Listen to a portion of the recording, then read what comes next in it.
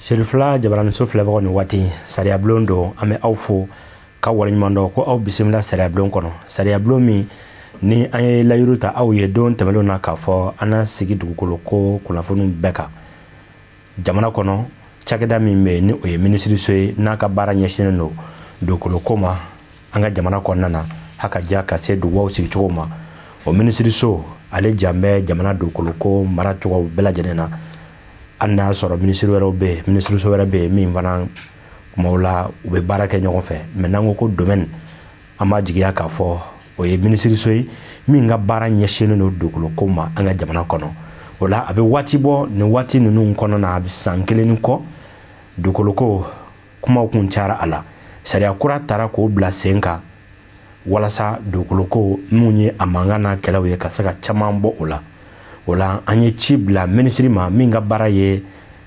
dugukolo ko yanga jamana kono ministry tokola conseil technique no ye monsieur Lassana Diakité ale de yanga bima wolele ninkenenga wala sa kama sala haknenga le thème du jour les réformes domaniales et foncières au Mali avancées et perspectives minye dugukolo ko ye anga jamana kono na munun kera ala kaba tanya munun be ala ane fere kura mun musika buluda wala sa dugukolo ko akelena manga bela jene miseka dafa ga chogomina bi babu bina do ninga jamga me babi kuma nene aw ana famale chama soro ala ame domne ko bi jamana kemme ka wulka jojumon ke wala sa lafiya ka sabati dugukolo ko la anga jamana kono furuko ansigoro ko nunu bela jene absaka no ga chogomuna fitna ka dasa benga sinsi balma ka ja anga to dawla senekero la haka ja ka se duwa ko nawma obi do jamga kere min kono sariya blondo bi ka kene anga mawrele ministry tola wala ame ayrafo professeur Berima Kamena anga folibese monsieur le ministre ani aka cabinet bela jenema dugukolo ko ni dasarama ama ye kafo minye domaine ani kadasiri uru bela jenye chakeda ye mumme ministre ka yamaro kono wala a chakeda nyamo minye domaine monsieur Ablay Diko kase Amadou Traoré ma ame num bela jenefo domaine ni kadasiri amado chakeda kelendo bi anabo kumbana ka sabuke anga mawolele abini dado munna ka nyafol kanyana bi anaka sababu yenen aw anabo kumban kono ne ala sona ninkena inka inshallah.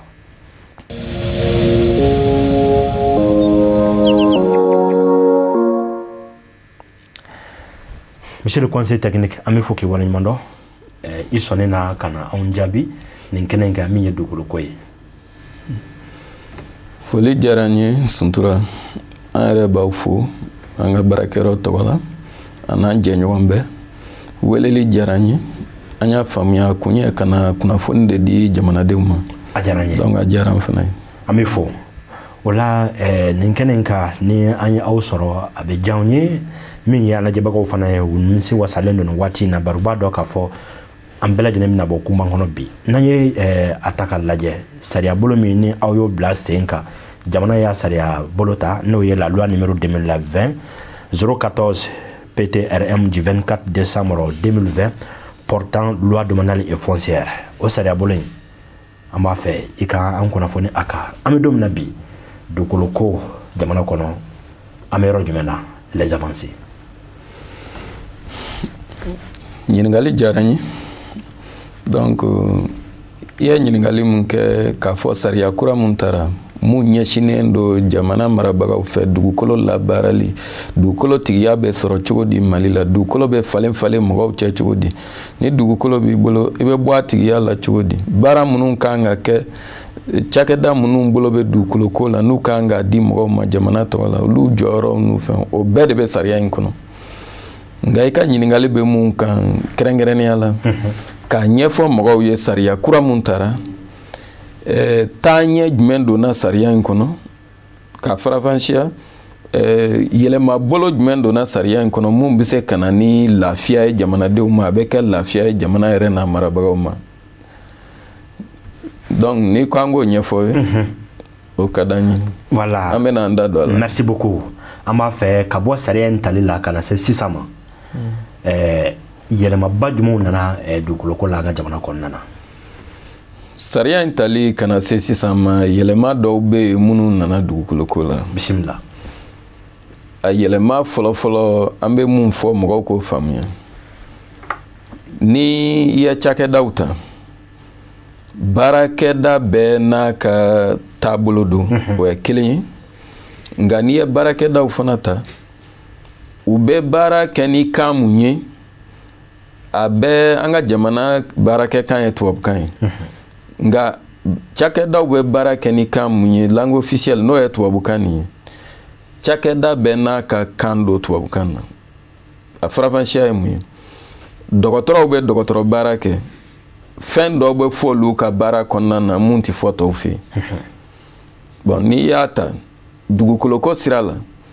anw fana bɛ kuma ni kan dɔ ye tubabukan dɔ nka kɔrɔ mun b'a la n'i t'anw ka yɔrɔ la o kɔrɔ t'a la fan wɛrɛ fɛ justice fana na tubabukan dɔw bɛ fɔ jugew bolo n'i y'a mɛn tubabukan gansan don nka kɔrɔ wɛrɛ b'a la tribunal mɔgɔw bolo mun tɛ bɛɛ bɛ kɔrɔ mun don a la ye donc dugukoloko fana b'o cogo la an ye sariya kura mun ta an ye yɛlɛma fɔlɔ mun don a la o ye k'a fɔ baara bɛ kɛ ni kan mun ye n'a bɛ fɔ o ma tubabukan na terme technique domaine mɔgɔw bɛ baara kɛ n'o kan minnu ye o bɛ se ka faamuya cogo di mɔgɔw fɛ tribunal mɔgɔw bɛ se ka faamuya cogo di an y'olu terme technique de ta k'u kɔrɔw fɔ sariya in daminɛ la n'an b'a fɔ o yɔrɔ ma tubabukan na ko glossaire an y'o yɛlɛmaba don a la fɔlɔfɔlɔ o tun tɛ yen donc i bɛ fɛn dɔ ye sariya sɛbɛn tun kɔnɔ bɛɛ b'i ka kɔrɔ d'a ma terme technique ngo banna sariya kura in na an y'a fɛsɛfɛsɛ k'a fɔ mɔgɔw ye n'i ye nin kumakan sɛbɛnnen ye wala i ye nin mɛn a kɔrɔ de ye nin ye domaine mɔgɔw mana nin fɔ nin dakuruɲɛ mun fɔ a kɔrɔ de ye nin ye kɔrɔ wɛrɛ t'a la nin tɛ o nafa ye mun ye o nafa ye k'a fɔ n'a y'a sɔrɔ sisan ni ko donna mɔgɔw ni ɲɔgɔn cɛ gɛlɛya donna mɔgɔw ni ɲɔgɔn cɛ dugukoloko la n'u ma se ka bɛn a la u laban ye tribunal de a ko bɛ taa di juge minnu ma k'olu ka kiiri tigɛ a k'a sɔrɔ olu fana lafaamuyalen don domaine bɛ baara kɛ ni kan mun ye o bɛ baara kɛ ni terme technique mun ye juge bɛɛ ka bɛn kɔrɔ kelen ma dɔ kana fɔ ne hakili la nin kɔrɔ don dɔ kana fɔ nin kɔrɔ don ni mɔgɔ fɔra ɲɔgɔn kɔ dɔrɔn sariya tɛ tilen donc an y'o baara kɛ ka don o kan o yɛlɛma donna la yɛlɛma filanan ba mun donna la o ye k'a fɔ an ye jateminɛ kɛ sanni an ka sariya bolo sariya kɔrɔlen falen fɔlɔfɔlɔ dugukolo dibaga ka ca kɔmananakaw b'a di gouverneur tun b'a di maire b'a di hali dugutigiw b'a di donc maintenant dugukolo sɛbɛn fana tun ka ca permis bɛ yen lettre d'attribution bɛ yen concession rurale sɛnɛkɛforow bɛ yen titre foncier bɛ yen donc dugukolo dibaga tun ka ca dugukolo sɛbɛn ka ca sous-préfet ni préfet tun b'a di o bɛɛ b'a di donc ni dugukoloko kɛra k'a fɔ ko a sɛbɛn dibaga ka ca mɔgɔ minnu yamaruyalen don fana k'a di o mɔgɔ ka ca an nana jateminɛ kɛ k'a ye o fana nana ni gɛlɛya dɔ ye dugukoloko baara la a nana ni gɛlɛya jumɛn ye ka d'a kan mɔgɔ minnu ni jamana tun y'u sugandi k'u ka dugukolo dɔw di a misali surumani sous-préfet n'u b'a fɔ kɔmanancininw ani préfet kɔmananbaw ka taa se gouverneur ma sariya kɔrɔlen tun y'olu yamaruya olu bɛ se ka sɛnɛkɛforo di mɔgɔw ma ni mako bɛ dugukolo la cikɛ dugukolo olu tun b'o de di sariya y'o yamaruya d'u ma nka sariya ye yamaruya mun fana di a m'a di kunfɛ ten u kan ka dugukolo hakɛ mun di sariya ye dan sigi bɛɛ ka se la dugukolo dili la o kun tɛ dɔwɛrɛ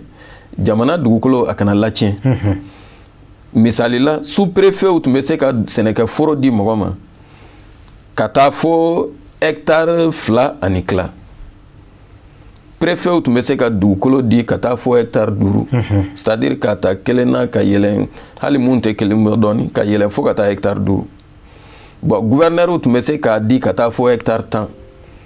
n'a tun tɛmɛn'o kan olu ka se tun bɛ dan ye dossier tun bɛ taa ni dugukolo mun ɲinita ka ca n'o ye o dossier tun bɛ taa ministre fɛ yen an ka ministre des domaines fɛ yen ani administration territoriale olu tun bɛ se k'a di ka taa fo hectare 100 nka n'a tɛmɛn'o tun fana kan se bɛ kɛ conseil des ministres de ma olu fana ka se tun bɛ dan ye jateminɛ nana mun yira jamana tun ye mɔgɔ minnu sugandi k'u ka dugukolow di mɔgɔw ma mun ye mɔgɔ sigiyɔrɔ ye sa mun ye sɛnɛkɛforoko ye parce que maire misalila maire de tun yamaruyalen don ka sigiyɔrɔ di mɔgɔw ma yɔrɔ min bɛ kɛ sojɔyɔrɔ ye ka dugukolo di mɔgɔw ma n'u b'a jɔ k'a kɛ siso ye maire de yamaruyalen don k'o kɛ nka an nana ye kɔmananw bɛ sigiyɔrɔ di mɔgɔw ma k'a kɛ so ye kɔmanancininw b'a kɛ kɔmanankɔrɔbaw b'a kɛ bon o ko bɔlen do sariya kɔfɛ tɛ sariya kɔnɔ bon an nana jate minɛ fana sɛnɛkɛ dugukolo min ni kɔmanancininw tun b'a di kɔmanankɔrɔbaw b'a di gouverneur b'a di sariya k'u ka dan yɔrɔ min fana mɔgɔ caman tun tɛ dan ye i ka se danna yɔrɔ min u tun bɛ tɛmɛ o kan donc o tun ye fɛn ye fɛn min n'a man ɲi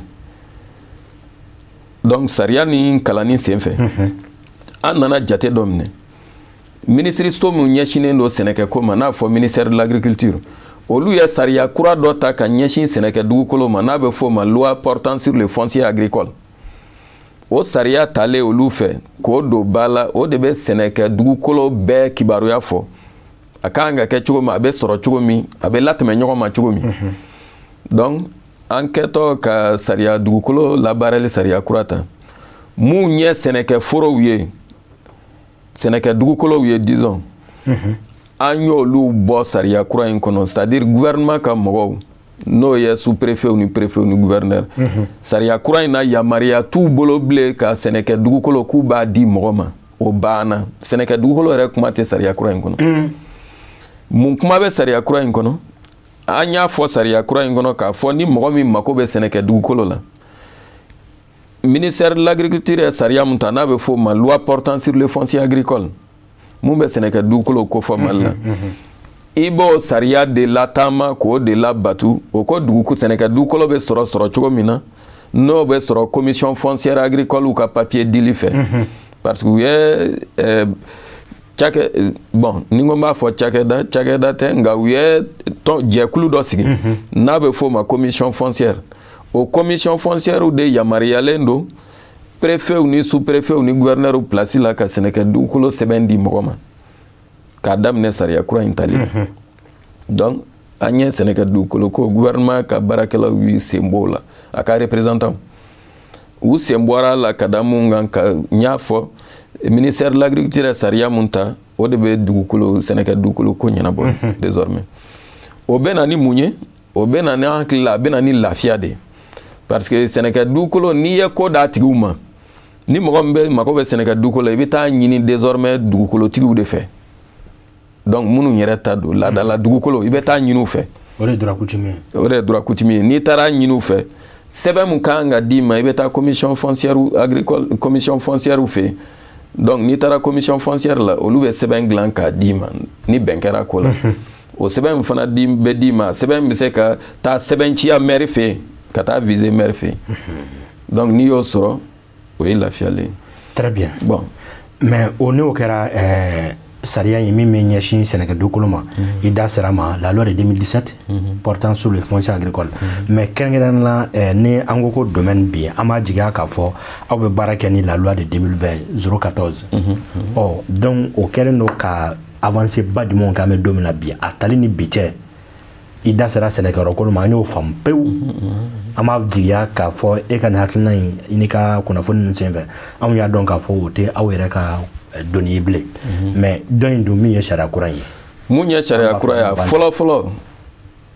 yɛlɛma kunbaba fɔlɔ min donna la n y'a fɔ wagati la n ka kuma kɔnɔ n ko sɛbɛn dita ka ca dibagaw ka ca o bɛ na ni balawu ye a bɛ na ni fɔɲɔgɔnkɔ ye bon an ye yɛlɛma mun don a la sariya kura in talen kɔfɛ dugukolo fɛn fɛn n'a bɛ di mɔgɔ ma a bɛ kɛ titre foncier an ka laɲiniba kɛra o de Mali dugukolo ko ka titre provisoire ko b'a la an b'a kɛ titre foncier n'i bɛ dugukolo min ɲini i b'a ɲini a bɛ kɛ titre foncier ye k'a d'i ma munna a bɛ kɛ titre foncier ye k'a d'i ma titre foncier mana dilan n'a sariya labatura sariya ko titre foncier n'a bɛ dilan ka bɔ sira minnu fɛ ni bɔ kɛra o sira bɛɛ fɛ k'o latagama k'o jɛya mankan foyi tɛ se ka wuli a kɔfɛ donc ni titre foncier n'i y'a sɔrɔ o y'i lakananen de balawu t'o kɔfɛ kɛlɛ t'o kɔfɛ n'a sariya batura ɲɛ donc o yɛlɛma donna dugukoloko la yɛlɛma wɛrɛ jumɛn donna dugukoloko la ni n da sera titre foncier ma titre foncier fana sɔrɔli fo k'a nɔgɔya jamanadenw ma titre foncier sɔrɔli bɛ se ka nɔgɔya jamanadenw ma cogo di cakɛda dɔ sariya kura in y'o bila u bɛ sigi sen kan a yɛrɛ bɛ cakɛda in kan ka baara kɛ so min na a so yɛrɛ jɔra ka ban a tɔ tora ka minɛnw de bila a kɔnɔ n'a bɛ fɔ o ma ko guichet unique du foncier o ye cakɛda kura de mun bɛ n'i dɔgɔ don titre foncier glané ka ta kabiri be demande ke ka abla yɔrɔ min fo demande ka labara ka taa se titre glani ma ka dima cakɛda fɛn bolo bo baara la titre glani baara la olu bɛɛ ka lasigiden de bɛ taa bila guichet unique di foncier ni baara yɔrɔ donc domaine mɔgɔ b'o la urbanisme mɔgɔ b'o la cadastre mɔgɔ b'o la IGM mɔgɔ b'o la notaire ka mɔgɔ b'o la fɛn géomètre ka mɔgɔ b'o la cakɛda fɛn da bɛ don titre foncier glani na ka daminɛ fo ka taa laban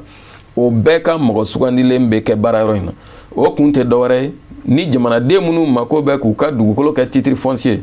i kana boli dugu yɔrɔw ni ɲɔgɔn cɛ tugun k'a fɔ i bɛ taa kɔrɔn i bɛ taa Tilebi i bɛ taa Sahel i bɛ taa Banbugu banna i bɛ taa o service da de la o cakɛda la n'i sera i b'i ka sɛbɛn bila yen a baara bɛɛ bɛ kɛ yen parce que baarakɛda fɛn n'o da bɛ don titre dilanni na o bɛɛ mɔgɔ bɛ yen an y'o nɔgɔya kɛ fɛn wɛrɛ jumɛn bɛ sariya kura in na k'a fɔ k'o nana ni yɛlɛmaba ye n'i ye sariya ta sariya bɛ ta adamadenw de kama n'a y'a sɔrɔ adamaden bɛɛ tun ka ɲi adamaden an ka sigi kɔnɔ an tun mago tigɛ sariya la nka bɛɛ tɛ se ka ɲɛ donc ni mɔgɔw bɛ ɲɔgɔn kan n'i ye sariya ta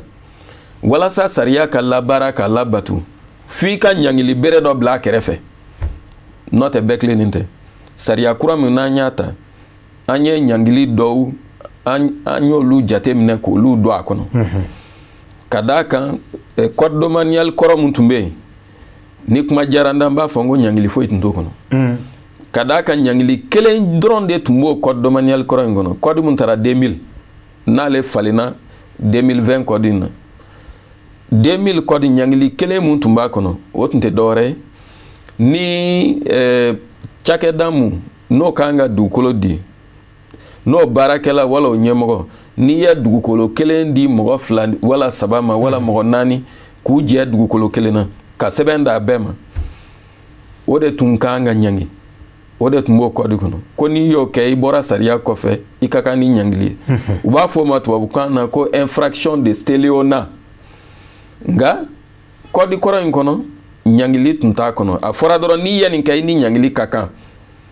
nka ɲangili foyi tun t'a kɔnɔ u ko n'i bɛ fɛ a tigi ka ɲangi i bɛ taa code pénal la code pénal ye jugew bɛ baara kɛ ni sariya mun ye mun bɛ mɔgɔ ɲangi n'i bɔra sariya kɔfɛ o wagati la n'i ye Mali code pénal ta a bɛ fɔ infraction mun tun ma ko stéléonat c'est-à-dire ka dugukolo kelen ŋanamu k'a di mɔgɔ 2, 3, 4, 5 ma ka sɛbɛn d'a bɛɛ ma dugukolo kelen na o yɛrɛ infraction tun t'o code kɔnɔ pewu donc o fiɲɛ tun ye mun ye n'i taara n'a kuma ye tribunal la juge bɛ baara kɛ ni ɲangili gafe mun ye u b'o ta code pénal u b'a ye a t'a kɔnɔ bon gɛlɛya mun b'a la o la juge ye sariya labaarala de juge ti sariya dilan donc ni fɛn mun tɛ juge ka gafe kɔnɔ ɲangili gafe juge tɛ se k'i sigi k'a fɔ bon ne ye juge de hali ni n tɛ n ka gafe kɔnɔ n yɛrɛ bɛ ɲangili dɔ jate minɛ n b'o da i kan o tɛ se ka kɛ donc tubabukan na u b'a fɔ o de ma le principe de la légalité criminelle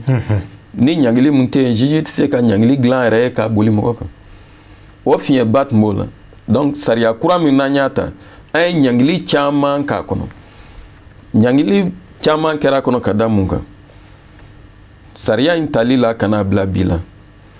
ni mɔgɔ min n'i ye nin baara kɛ ka dugukolo kelen ŋanamu ka feere mɔgɔ 2, 3, 4, 5 ma i ni ɲangili mun ka kan o bɛ sɛbɛn in kɔnɔ amande sara b'a la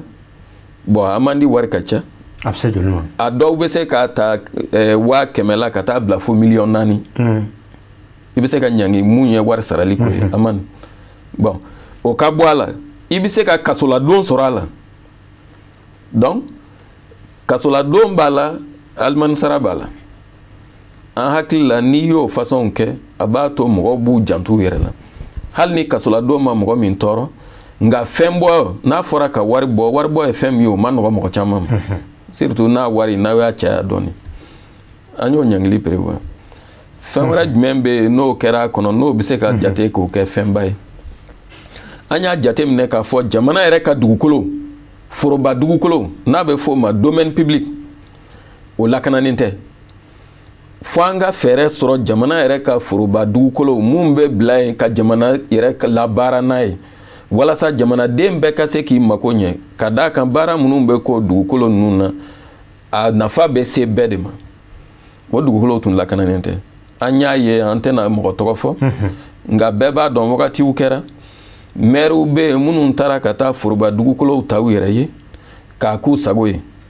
a nana ni kɔlɔlɔ caman ye u ye mɔgɔw lasigi a kan yɔrɔ dɔw tɛ mɔgɔ sigiyɔrɔ ye bon a nana ni tiɲɛni caman ye sariya kura in kɔnɔ an y'a yira k'a fɔ fo an ka fanga dɔ se dɔ di minisiri ma mun bɛ dugukolo jamana dugukolo ko kunna ministre des domaines mɔgɔ o mɔgɔ k'a ta sariya in tali la fo ka taa sariya in wuli don min n'a falenna don min n'i ye foroba dugukolo k'a sibiri ɲɛ kelen ta k'a kɛ fɛn fɛn ye ni minisiri bɔra a kalama hali ni san 10 don a ko kɛlen kɔfɛ minisiri bɛ se ka sɛbɛn ta i ye dugukolo in don da mun fɛ k'a bɔ a ma c'est à dire k'a annuler i ye sɛbɛn mun ta ka dugukolo in don da dɔ fɛ minisiri bɛ se ka annuler ka d'a kan foroba dugukolo tɔgɔ bɛ fɔ dugukolo fɛn fɛn na ni jamana ta don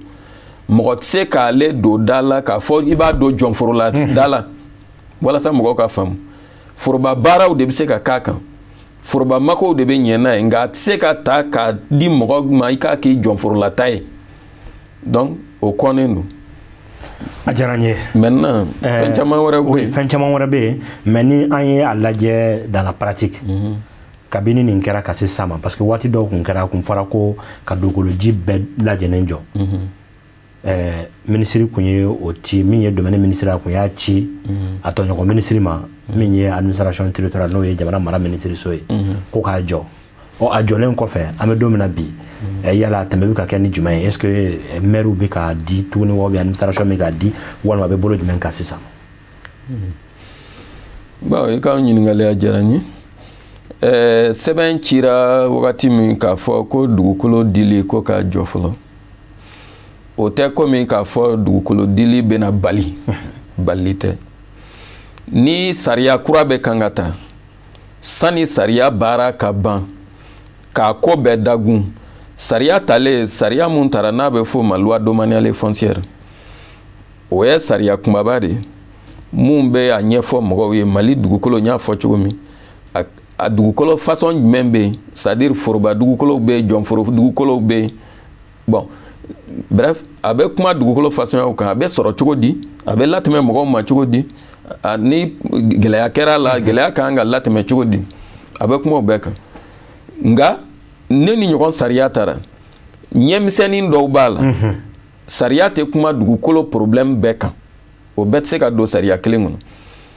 yɔrɔ misɛnnin dɔw b'a la ɲɛmisɛnnin dɔw b'a la fo ka tila ka sɛbɛn wɛrɛw ta k'o ɲɛfɔ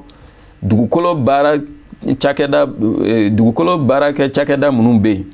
ani mɔgɔ gansan minnu bɛ yen bɛɛ kan ka faamuya mun sɔrɔ o yɔrɔw la olu bɛ ta o bɛ kɛ sɛbɛn ye a dɔw bɛ kɛ décret ye k'a ɲɛfɔ a dɔw bɛ kɛ arrêtéw ye ka fɛn dɔw ɲɛfɔ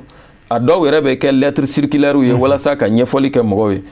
nin yɔrɔ min bɛ sɛbɛn kɔnɔ aw kan ka faamuya tan n'a bɛ baara k'a la tan nin tɛ se ka kɛ nin bɛ se ka kɛ o farafansiyaw de bɛ di kɔfɛ n'i y'a ye minisiri ye lettre di ko ka dugukolo di jɔ ka d'a kan dɔwɛrɛ tɛ an y'a jate minɛ de an ka minisiriso la k'a ye sariya kura in talen kɔfɛ n da sera a ma kuma la k'a fɔ ko sɛnɛkɛ dugukolo ni mɔgɔ min mako b'o la sariya kura in talen kɔfɛ ministère de l'agriculture ka sariya min bɛ n'a fɔ loi sur le foncier agricole n'o ko ko commission foncière agricole de bɛ se ka sɛnɛkɛ dugukolo di i bɛ taa ɲini yen de nka an nana mun jate minɛ sariya in talen kɔfɛ ka kɔmanancininw ni kɔmanankɔrɔbaw ni gouverneur k'u bolo bɔ sɛnɛkɛ dugukolo ko la misali suruma ye mun ye Kati yɛrɛ la an kɛrɛfɛ Bamakɔ kɛrɛfɛ an y'a ye k'a fɔ Kati u bɛ kan ka sɛnɛkɛ dugukolo di sariya in talen kɔfɛ administration bɛ kan ka kɛ cercle bɛ kan ka kɛ k'a sɔrɔ sariya kura y'a fɔ ko u sen bɔra sɛnɛkɛ dugukolo dili la u man k'a di jamana sariya ma a se d'u ma bilen donc u bɛ kan ka baara mun kɛ u bɔra sariya kɔfɛ parce que i bɔra sariya kɔfɛ n'i ye fɛn kɛ sariya min yamaruya i ka fɛn mun kɛ a se ma d'i ma i mana sɛbɛn mun bɔ ka di mɔgɔ ma o la sariya sira la a sɛbɛn nafa t'a la ka d'a kan barika t'a sɛbɛn na walasa i ka sɛbɛn ka se ka ta ba la sariya sira la k'a sɔrɔ i bɛ sɛbɛn mun dilan i b'a di mɔgɔw ma sariya yi yamaria i ka baara kɛ sariya y'a se d'i ma donc i b'a ta cadre mun kɔnɔ o y'a sɔrɔ o cadre o jɛlen don donc visa bɛɛ kan ka identifier o de don o de y'a kɛ an ye lettre ci u ka ministre ma ministre de l'administration territoriale k'a fɔ a ye n ko an y'a jate minɛ i ka ministre so mɔgɔ dɔw bɛ yen n'o ye kɔmananakaw ye u bɛ kan ka sɛnɛkɛ dugukolo di hali bi n'u dun y'a di mɔgɔw ma k'a sɔrɔ sariya ko a se t'u bolo sariya kura in tali ka na se a don min n'an ye lettre ci u ye sɛnɛkɛ dugukolo fɛn fɛn papier bɔ k'a di mɔgɔ ma an fana ka ministre b'a yamaruya di an ka domaine mɔgɔ ma u kana si yɛlɛma k'a kɛ titre foncier n'i y'a sɔrɔ sɛbɛn de b'i bolo mais anw bolo dugukolo sɛbɛn t'i bolo sɛbɛn gansan de b'i bolo ka d'a kan a tɛ se ka yɛlɛma ka kɛ titre ye parce que domaine t'a lakodɔn walasa mɔgɔw kana bila o degun na jamanaden minnu bɛ t'u sɛgɛrɛ olu t'a dɔn olu ɲɛna hali bi ko se b'u ye k'a di o de y'a to mɔgɔw b'u sɛgɛrɛ o de la an ye lettre ci an ka ministre ye lettre ci ministre de l'administration territoriale ma k'a fɔ a ye a ka kuma ka mɔgɔw fɛ a k'u hakili jigin k'a fɔ sariya labatuli jamana kɔnɔ o de bɛ bɛɛ lafiya a diyara n ye kabi jamukan kuncɛ waati banna bolo pewu ladilikan jumɛn b'i bolo a ka di an ye ka tɛmɛ nin kan an b'a dɔn ɲininkali caman bɛ yen nɔ mais waati min dira a ma a banna ladilikan min b'an bolo ka ɲɛsin mɔgɔw ma ɲɛ min fɔ kɔrɔlen ladilikan kelen don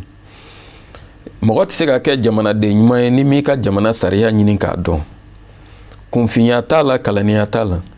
hali n'i ma kalan i gɛrɛ mɔgɔ la mɔgɔ min kalannen mun bɛ se ka dɔɔni ɲɛf'i ye sariya la mun bɛ se ka dɔɔni ɲɛf'i ye jamana taabolo la i yɛrɛ ka faamuya dɔ sɔrɔ an ka sariya bulon a bɛ aw de kama voilà donc an bɛ ladilikan min di mɔgɔw ma jamanaden ɲumanya o de ka ɲi jamana marala bɛɛ ka laɲini y'o de nka an bɛ segin a kan mɔgɔ tɛ kɛ jamanaden ɲuman ye n'i t'i ka jamana sariya dɔn